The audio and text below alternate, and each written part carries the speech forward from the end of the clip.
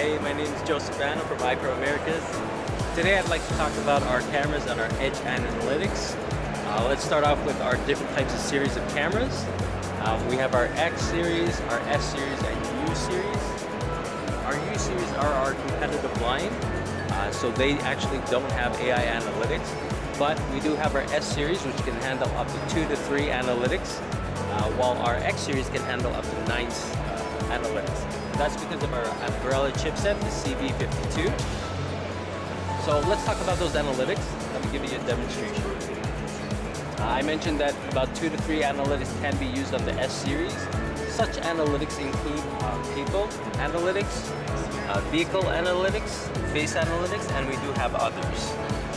To demonstrate what this offers, I'm going to filter for the people analytics, and if we perform a search, you'll see that the camera will generate a number of thumbnails, and if we click on those thumbnails,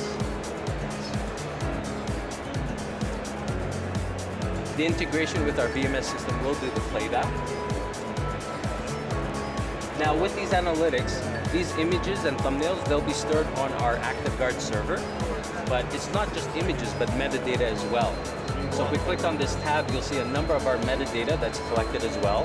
And what this does is it allows us to perform forensic search. So as an example, if I were looking for someone with a red top, and let's say they were moving in the right direction, we'll click on the search and we'll see the results. Now we've isolated for people in the red top and moving in the right direction. You can see the benefits of the forensic search and how it really cuts down on the time needed to find the person of interest. Now this can also be performed on vehicles as well. Of course, in this environment we don't have vehicles in the background, but you can see that we do have different vehicle types that we can search for, as well as the vehicle color. We have 98 filters that you are able to search with based on the metadata collected from our cameras.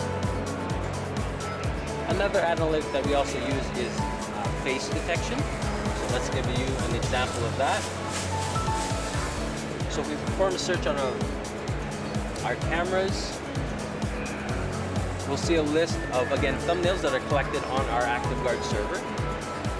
Now, if you do see a person of interest, we can click on that face. It'll begin playback again. But instead of the metadata such as gender, age, color, we can now just say, let's search for a similar face. Once we click this, you'll see that the face is registered over here, and you'll see that our results will start to isolate for that specific person. If this person is actually a person of interest, what you can do is you can register them using this icon. Once the list has displayed, we'll select the person of interest and we'll click New Registration.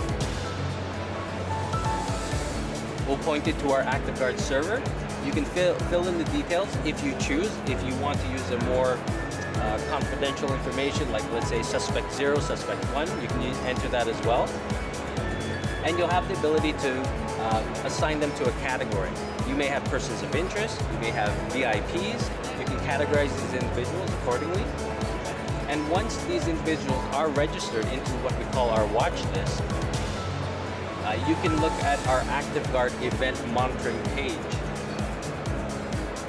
So this actually is a page not necessarily for forensic search, but it actually shows you events of any events that happen, such as face matching, which is like the person we just registered for the watch list. Or in this case, you might see intruder detection. This is based on our AI VMD app, which is also another AI analytic plugin. So let's register, or let's isolate for the face detection and matching. Now you'll see that we've isolated to watch only for any face detection and any matchings that are happening at this very instant. And as you can see, as individuals walk through our booth, they're being detected and captured. These are the registered faces, and these are the detected faces on all our cameras. So these are essentially triggers. So this is one pane that we can use to see and visually identify whether someone's being detected or not. But we can also tie this with our rules management in our VMS system. So if a certain person of a certain category is detected, we can send an email, we can pop up a live window, we can sound an alarm, whatever your VMS platform supports for rules management.